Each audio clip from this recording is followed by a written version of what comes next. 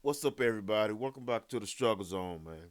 Check this out. I wanted to discuss something right quick about. I heard a previous show with Boyce Watkins and Dr. Claud Anderson, and there's something that these two guys were saying that kind of bothered me, and it shows that the the contradictions and the hypocrisy of Boyce Watkins.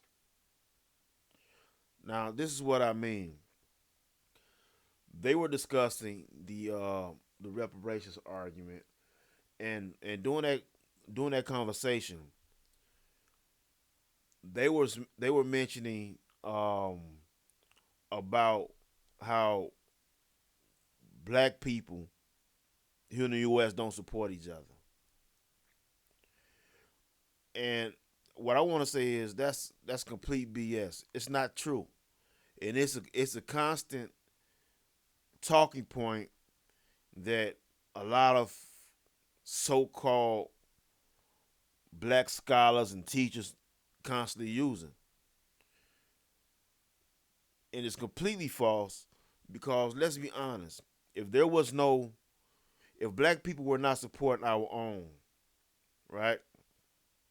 There would be no Tyler Perry, there would be no Spike Lee's, there would be no Boyce Watkins if black people wasn't supporting him. You dig what I'm saying? There would be no Damon Johns, the founder of Fubu. There would be no Carl Kanai, Fat Farm, Baby Fat. None of these things. It would not be a Hidden Color series if black people didn't support. So this myth that we don't support each other is a bunch of bullshit. It's just not true. And y'all need to start calling these guys out here that's putting this misinformation out there. It's a problem. Because it's all propaganda. It's not true. It's just not true. And another thing, right? You had Claud Anderson. He says this a lot, right? He said black people don't control nothing. He say that we uh don't control any black businesses, and we always supporting other people who don't support us. He may be right to a certain extent. We do support other people in our communities. But the problem with that is, and he also make a point to say, well, uh, black people have more money going leaving out of our communities, spending $1.3 trillion a year. But what he's not digging into the proper details of that, and this is my problem. And I'm not shitting on Claude Anderson, but he's wrong. He's completely wrong, and it's disingenuous for these guys to keep putting this misinformation out there. The reason that we are in the condition that we're in as a people is because the generation before us didn't build nothing. So the results of that is what you see today. As far as us spending $1.3 trillion a year, okay, yeah, that's true. As far as us supporting these other businesses, okay, that's true too. But the problem is the reason why we support these businesses because you don't have many black-owned businesses within our communities. Nearly every business within our community is owned and controlled by somebody else. So if most of us don't leave our communities, most of us don't leave our community, we stay within the circumference of our area that we're familiar with. So you got all these foreigners coming in and they setting up businesses, right? But we're not setting up those types of businesses so our people can support. You know what I'm saying? Yeah, okay, he may have done a lot of things as far as economics. He may know a lot, but he didn't do anything to change the conditions. So I have a problem with people who for 50, 60 years who talks. You know what I'm saying? Okay, he gave some speeches, wrote some books, But did he live out the things that he wrote in those books? Because we are still in the same predicament, in the same situations. I'm not saying he didn't put forth any effort, but he did not succeed. Because if he had succeeded, then he would have done these things. So that way, the generation that's coming up after him wouldn't have to go through it. But his generation failed us. So now that they failed, now you want to sit on the sideline and talk and trash after y'all failed. Y'all failed us, man. Y'all failed us. And Boyce Watkins I say he's such a hypocrite and a walking contradiction, because he have the nerve to talk about how we don't support each other, right? Or we don't fight for ourselves and everything like that. But we come out here and support immigrants, right? But you have a particular group right now today in this time period who says they are not fighting for any other group. They're only fighting for themselves. And Boyce don't even support them. Not only do he not support, and this group I'm talking about is ADOS, ADOS. And the reason Boyce, and not only do he not support ADOS, he brought an individual on his show, Talib Kweli, who called these ADOS people, the people who's the only people out here who's trying to fight for themselves, who trying to fight for themselves. He's saying that his mission is to tear them down. And again, Boyce do not support ADOS, who's specifically fighting for their group. You dig what I'm saying? So it's a complete contradiction. How can you say you want people to fight for themselves and do things, then when they set out to do that, you undermine them? It's a complete contradiction. And I'm telling you, Claud Anderson is no better. Okay, you wrote the Powernomics books, but did you yourself go by the guidelines and the material that you wrote in the Powernomics books? You dig what I'm saying? Why, if it was so great, and if he had the answer, and he's been around 40, 50, 60 years, why are we still in the situation if he has the answer to get us out of the situation? Why are we still in this situation? See, we got to stop being knuckleheads as far as constantly prepping up a bunch of things or talking points that don't work, that has not worked. If what Claud Anderson and Boyce is talking about works, our people as a group would not be in the situation that we're in today. We wouldn't be here. So I think it's disrespectful, man, to come out now and talk reckless about our conditions. We know our conditions. We know the situation we're in. Everybody telling us the problems we got, but nobody's coming up with solutions. And let me see this. Bitcoins is not going to get us out of this situation. It's not. Yeah, it can help us as individuals. But all these people talking with, and none of them have ideas or plans to create systems, to establish corporations. That's what we need. We don't need any more individualism. We don't need any individualism. And for those of us who don't want to work together as a unit, then push them out. You know what I'm saying? Let them do their thing. But on that note, I want to say we got to get out of the mindset that all black people is going to just magically come on one accord and just start bonding and working together. It doesn't work like that. Historically speaking, if you look back at all the thriving organizations, None of these organizations started with millions of people off the top. None of them. All these people started with just a few individuals and then expanded into something bigger. You know what I'm saying? We talk about the for example, certain organizations. You talk about the like these Greek fraternities. Some of these fraternities only started with like 4 or 5 people. Now collectively they got nearly 1 million people.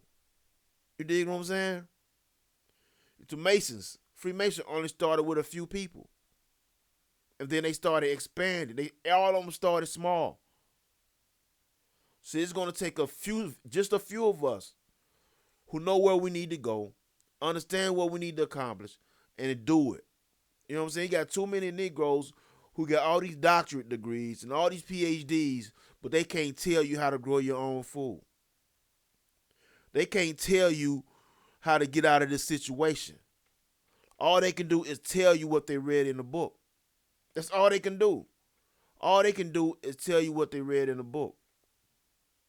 That's it. They can't really show you how to change your condition. And the reason why I say that, because many of these guys, like Claud Anderson and others, been around 30, 40, 50, 60 years and they have not done it yet. Just because somebody is older and they've been around for a long time don't make them right. And we got to stop being afraid to disagree with them simply because they have age on them. And on this particular topic, Claud Anderson is wrong. Boyce Watkins is wrong, as usual. Boyce Watkins, in my opinion, is only intelligent around stupid people. He's only intelligent around stupid people. And I'm not necessarily calling all of his followers stupid. Some of them just want to believe and want something better. So if you have somebody who speaks well and talk as if they know what they're doing, it's easy for you to be misled because you may have the right thing at heart. You may have a good heart. You may have great motives. But the people that's leading you don't have the same motives. You can't build nothing without agriculture. You can't build anything without agriculture, without land. You can't do it. So what I'm telling you, man, is that Boyce is a hypocrite and he's a walking contradiction. Dr. Claud Anderson, he may know a lot when it comes to economics. But just because you know something don't mean you know how to get it done. Because if he knew how to get it done, it would have been done by now. And we have to stop following failed programs. We have to stop following failed programs. If it has not worked and it has not changed our condition as a people, we need to push it to the side and try something new and try something different.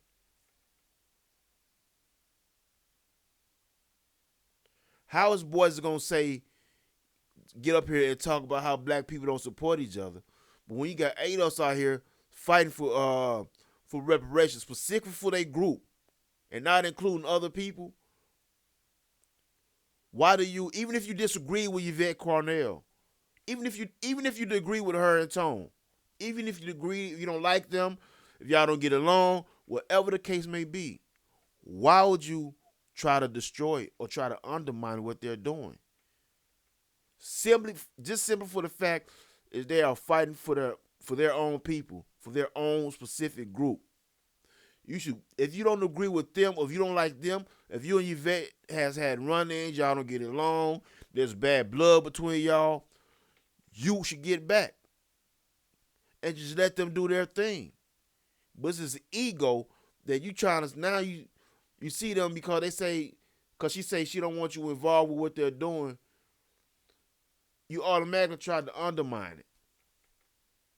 You know what I'm saying? You bring somebody on to trash it, and this chick, this this woman, I'm not gonna disrespect her, Vicky Diller. She is a pawn in the peon. I'm not trying to be disrespectful to her, but she got on and she's jumping on board with Boyce because he gave her a voice on his platform and stuff like that. So now she feel indebted to him, what for whatever reason may be.